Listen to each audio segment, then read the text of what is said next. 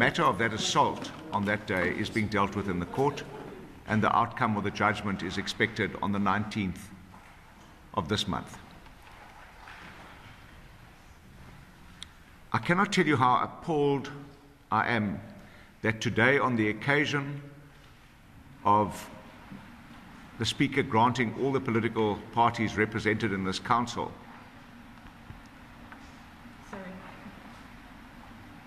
on the occasion of the Speaker granting all the political parties represented in this Council an opportunity to pay tribute to the recently deceased Mamawini Nomzamo Madikizela Mandela, and then upon the request of a number of political organizations that the time was extended to allow political parties to pay tribute to the commemoration of the murder of Chris Hani and the hanging of Solomon Mahlangu. All three of those topics are worthy of us paying respect. And the Council proceeded with each political party, one after the other, being given the opportunity to pay their respects. And then, when the Patriotic Alliance was paying their respect, the interjections began. And when Councillor Banga, speaking on behalf of the Democratic Alliance, proceeded to pay his respects and to convey our condolences, their behavior descended into what can only be described as unacceptable in a democratic dispensation. But apart from not being unacceptable or not being acceptable in a democratic dispensation, it can only be described as utterly disrespectful and disgraceful on the occasion of all of us being given an opportunity to pay our respects. This morning, our coalition caucus had the benefit of being addressed by Reverend Kenneth Meshwe from the African Christian Democratic Party. And he appealed to us to do two things. He appealed to us to be exemplary in our representation of the people as elected office bearers. That was his first request.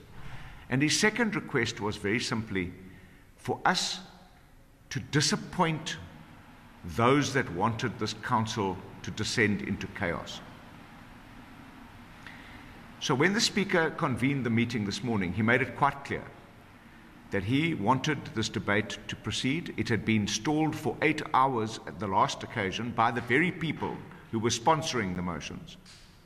He wanted the matter to be debated and discussed, but that he was not going to tolerate the same chaos as what happened last time. And very abundantly clearly, the people who have now allowed this council again to degenerate into chaos, and the irony is they blame the Speaker. I really want to appeal to the media that were present there today to tell the story as it is. Was it the Speaker who wanted to collapse the council, or was it the opposition parties who wanted to collapse the council? Please report it as it is. There was a clear strategy. One hand went up after the other to make sure that the council descended into chaos. I want to commend all of my coalition parties, who all of them had to pay their respects with some interjection and humming and disgraceful conduct in the background. But for Councillor Banga, he was drowned out completely. But all of them heeded Reverend Meshwe's appeal to us to be exemplary and to not disappoint by letting that descend into chaos. I believe we conducted ourselves without any blemish in that council chamber, and that the people who have conducted themselves disgracefully, I hope, will be exposed by the media for what they did. Because we really now need to start calling a spade in politics in South Africa. Those responsible for chaos must accept the responsibility for causing chaos. And those who can conduct themselves properly will start gaining the respect of the people in this country. So, ladies and gentlemen, we are all ready for this debate. We were ready for the debate the last time we met. We were ready to debate the motions today. But we are not going to be held to ransom by people who cannot respect democratic outcomes. The democratic outcomes are that we have a coalition government in the city, and the coalition government has got work to do. We are going back to work.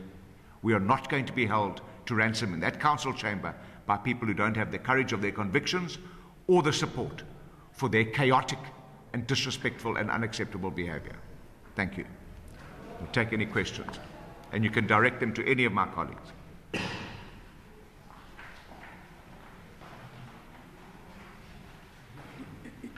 Show of hands.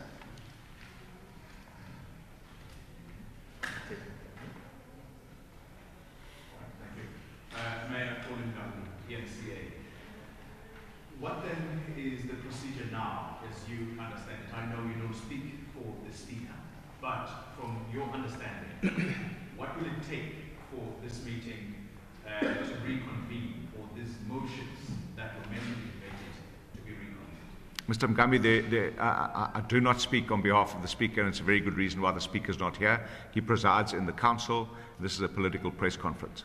But the Speaker did make it quite clear, and it's on the record, that if this meeting was disrupted, he would call it to an end, and that if those people who are the sponsors of those motions want to reintroduce the motions, so they're now off the table, would have to petition him again. So they would now have to go and find 61 signatures in support of their motions to bring those matters back before Council. It's not the ideal way to finish it. We wanted to settle it democratically. We wanted to debate the issues. We wanted to vote on the issues. We've been here twice. We've convened Council twice. And those sponsors of those motions refused to put them. Mr. Mgambi. Perhaps one last question from my side. And I understand it was an unfortunate incident, but I would want to hear it from the man himself. When Mr. Banga, you were drowned out and people hurled certain comments about you being a murderer. What actually happened? Why would they refer to you as that? What is the background?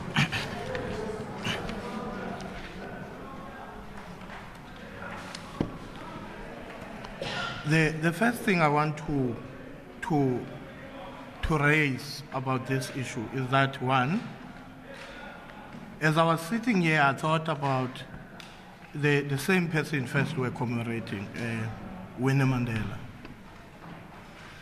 That when you are in the opponent of those who want to suppress your views, they want to break you down. And today, they failed to break us down. And I think I felt today that really the people who are sitting here emulate the values of Winnie. We are Winnie and Winnie is us. And that kind of conduct reminds me of the very same behavior of the apartheid regime wanted to drown her, and we defended that. Because we represent South African values of freedom, fairness and opportunity. Freedom of speech that Winnie Mandela fought for was denied today because you share a different opinion. Freedom of association, this has nothing to do, it's about my association to the DA and the work I do for the DA. My opponents and the people I fought against, they're trying to break me down. And I would learn from Winnie, they are not going to succeed. Because this is noble for us to move forward and continue with the baton of Winnie Mandela in defending the principles of fairness and freedom in South Africa. What happened? Everybody knows. It was on the news. My bodyguard got into an accident. 2 people died. I was not in the car. How do you become a murderer? You were not having the weapon. I was not in the car. I was outside, far away from the car. It's my bodyguard who got into an accident. That story was out there. But they wanted to break me down. And they are not going to break me down. There are processes. My bodyguard is on the disciplinary processes. As we speak right now, we're waiting for that. If I have to, I've said it even to my party, should be subjected to a disciplinary process, I must be. But I've not killed anybody. I was not in the vehicle. Therefore, that's basically that, but they wanted to break us down and create anarchy, and they've not succeeded. We are focused. We are here to work in building a progressive South Africa of principle, a South Africa that tolerates views, a South Africa that tolerates democracy, a South Africa that respects freedom. These people do not understand the freedom we fought for. They want to break this country down. We're doing everything in our best to make sure that this city and South Africa work. And I'm happy with other parties, in particular parties who sit here. This narrative of dividing South Africa is not carrying favor from parties. All South African parties are rejecting it because we know where we come from. We know when we were divided on the basis of race.